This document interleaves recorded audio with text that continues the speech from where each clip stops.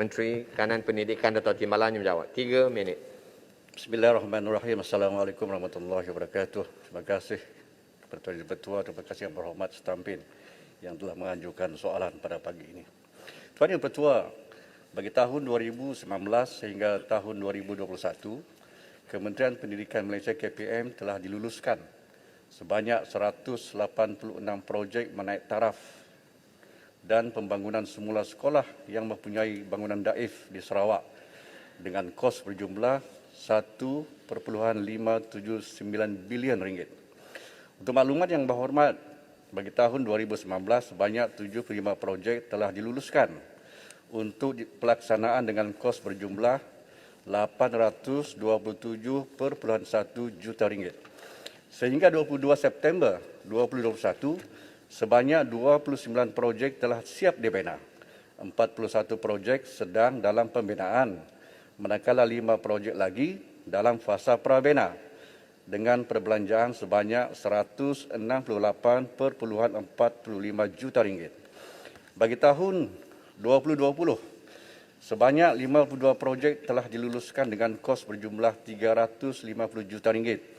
Sehingga 22 September 2021, sebanyak 6 projek sedang dalam pembinaan, manakala 46 projek dalam peringkat prabina dengan perbelanjaan sebanyak RM122.483. Manakala bagi tahun 2021, KPM telah diluluskan sebanyak 59 projek dengan kos berjumlah 402.71 juta ringgit. Kesemua projek masih di peringkat prabina dan tiada perbelanjaan dibuat setakat ini. Seramai 4,027 murid, untuk makluman yang berhormat ya, seramai 4,027 murid telah mendapat manfaat daripada 29 projek naik taraf dan pembangunan semula sekolah daif yang telah siap. Manakala dijangka seramai 32,141 murid yang akan menerima manfaat daripada 157 projek yang masih dalam peringkat pembinaan dan prabina. Sekian, terima kasih. Terima kasih, Tuan Menteri. Sila Setampin. Pertama. Terima kasih Yang Berhormat Timbalan Menteri. Soalan saya, menurut apa yang diberikan oleh Yang Berhormat Timbalan Menteri, kos purata untuk menaik taraf satu sekolah daif ini adalah di karangan 8 juta untuk satu kos, 6 sampai 8 juta.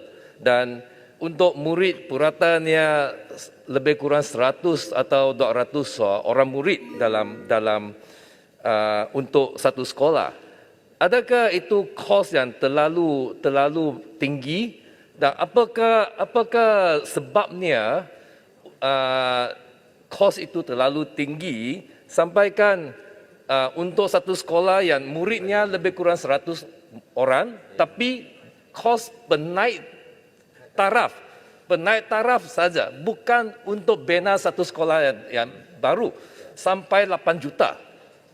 Adakah kepentingan diberi kepada untuk menguntungkan kontraktor yang mengambil menjalankan kos itu, kontrak itu? Itu soalan pertama saya. Soalan kedua adalah dilaporkan oleh Kerajaan Negeri Sarawak bahawa setakat November 2020 masih ada 647 sekolah daif yang tunggu itu baik pulih naik taraf itu kerja dijalankan, dan kos anggarannya adalah lebih kurang 3.2 bilion. Kalau mengikut kadar yang dijalankan oleh kerajaan sekarang, sampai bilakah itu 600 lebih sekolah daif di Sarawak akan dibaik pulih? Dan sampai bilakah itu murid-murid akan dapat menikmati sekolah yang bertaraf semacam sekolah di bandar? Sekian, terima kasih. Ada 2 soalan tu.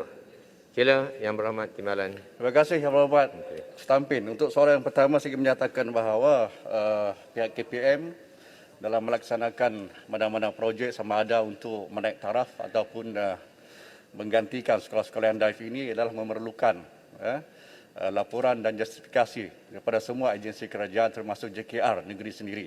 Kita akan berbicara dengan mereka dan mereka akan mengemukakan kepada KPM desain yang manakah yang sesuai dan kos yang manakah yang sesuai untuk mana-mana projek berdasarkan keperluan sekolah-sekolah itu tersebut.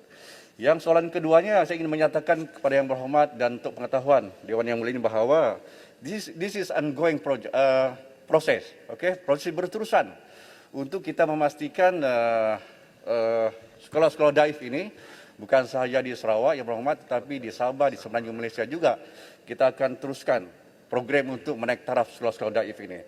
Kita faham bahawa di seluruh Malaysia, apatah lagi di Sabah Sarawak, masih lagi memerlukan projek penaik tarafan sekolah daif ini. InsyaAllah KPM bersama-sama kerajaan yang pada hari ini yang prihatin kepada rakyat akan senantiasa melihat keperluan dari masa ke semasa dan berterusan proses ini insyaAllah. Terima kasih. Terima kasih.